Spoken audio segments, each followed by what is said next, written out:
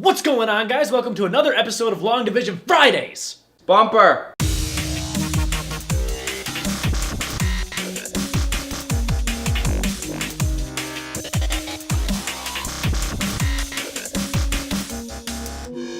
actually going to start off by apologizing about the delay for this one. This was supposed to come out a little bit sooner, but my stuff wasn't here yet. It was stupid. It was a dumb delay, but we have Dave here still, which is nice. Hi, Dave. Hello. Hi, Dave. Hi. Hi. But last time when we talked about music videos, we covered kind of the basics of getting it all set up. Talking to the client, figuring out which song you're going to do, picking out your story, which is still super important, so don't forget that stuff. I'm going to have you click right here to check out that episode, unless you just watched it, in which case, just stick around here. You don't need to go rewatch it, unless you want to. Unless you really want to, which you can. I'm not going to stop you. Dave, are you going to stop me? No, I'm not going to stop. Dave's not going to stop you. I called you Dad. I did. So the first thing that I want to talk about today is actually the equipment that you're going to use on set. Now, before you even get to your location or set or wherever you're shooting, you should have your camera picked out, but even more so, you need to figure out what you're going to do for audio. How are you going to feed your musician their own song? Sometimes giving them an earpiece is an option if you have that in your budget. We don't, because those earpieces cost quite a bit of money, more than you'd think. So what we like to do is use one of those portable JBL speakers. I'll actually put up a link to that right here. JBL. I think it's called like the Charge 2 or something like that. It costs a little over $100, and this thing is invaluable to me. But if you're playing with a full band, you're going to need something with a little bit more power. The drummer's not going to be able to hear his or her own part if you're playing it on a little dinky speaker. So keep that in mind. It's really going to depend on what type of music video you're shooting and what your shooting environment is as well. You can't be lugging around a huge amplifier and a giant speaker to the middle of nowhere where you have no power outlet. So just keep that in mind. The next thing I want to talk about is actually directing your musician. You'd be surprised how many musicians don't really have a lot of experience on camera, and that can get awkward fast. I was actually thinking about showing you guys a clip of a video that we did where the musician got awkward, but I'm not going to do that to the musician. But that's your job as the director and as the filmmaker. Make them feel at home, make them feel at ease, remind them that this is a good song and it's going to be a good music video to go with it. You guys can do it. I believe in you, and I'm running for president. Vote for me. Making America's hairline high again.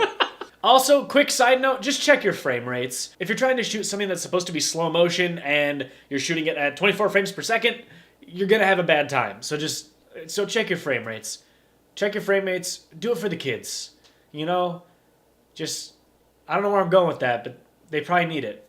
For just a penny. For a penny a day, you can check your frame rates. Okay, so that may have been a slight recap and overlap of what we talked about last time. The bulk of what I want to cover is actually importing your footage and starting your edits. Bear in mind, this is just how I do it. You guys can do it any way you please. I'm just going to show you the way that I'm most comfortable with and the way that's kind of been the most streamlined for me as far as getting edits kicked out in a timely manner. So what I like to do is actually bring in all of my footage at once, load it into a bin, and organize it. Stay organized. You should be staying organized with all of your projects, but especially with music videos. So, for example, I was working on a music video for a Mr. Sharif Sarag out of Los Angeles, who, by the way, is a fantastic musician, and if you haven't listened to his stuff, you should definitely do that. There's going to be a link in the description, so do that. So I make a bin that I label specifically with the musician's name. All of these shots are just of Sharif. I'm also, as I'm shooting this one's still a work in progress. I'm going to have a folder for all of my B-roll. I'm going to have a folder for all of the footage of other actors. I'm going to have every single thing organized by folders, including my audio. So I might have some scratch audio. I might have the finished mastered version, which will go on last. Just stay organized. It's going to make your workflow a lot faster. What I do after that is I actually start stacking all of the clips. So I'll start with clip number 1. I'll find where the song starts, and I'll match that bad boy up, usually using a 2-beep.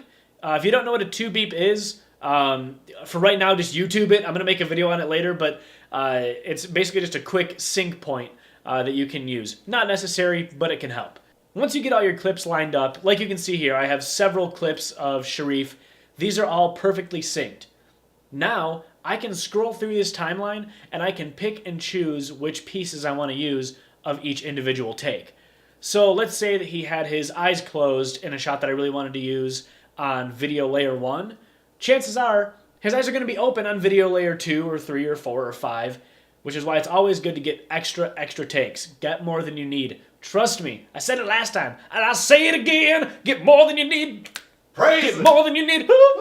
Get more than you need. Oh, get more than you need. Another thing that you want to really try to avoid is just randomly tossing in B-roll. I know it can be tempting, especially if there's a gap that you have to fill and you're like, okay, well, the musician wasn't really on sync here and the band members weren't on sync here either, so I guess I'll just toss up some B-roll. Sometimes we have to, and I get it, it happens, but try to avoid that. And that's why it actually helps a lot to have your shots planned out in advance. Another thing to remember is use your B-roll to tell a story. If there is any B-roll at all, there won't always be.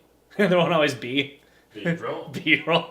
I'm not proud of that one. Just remember that you're trying to tell a story. So if B-roll is just popping in all over the place for no reason, or just to break up a shot, then you're not really telling a story. You're just filling in a blank space. And I got a blank space, bang, bang. Really? And I'll write you. And last but certainly not least, this is just a big piece of advice that I have, not just for music videos, but for any of your projects. Save your color grade until the absolute last second. You don't want to send something to the client that you spent all this time color grading, and then all of a sudden they want a different shot, or they want to reshoot something, or whatever that is. So save your color grade for last. Do us all a favor. Do me a favor. Do Dave a favor. Do the American public a favor. Yes. Do it for the kids. So that's it for today's episode, you guys. We really appreciate you tuning in, and stick around because next time we are going to be covering writing. And Dave is going to be wearing a Velociraptor t-shirt and dancing around the Main Street Fair parade. I will be doing that all of the Is that a thing?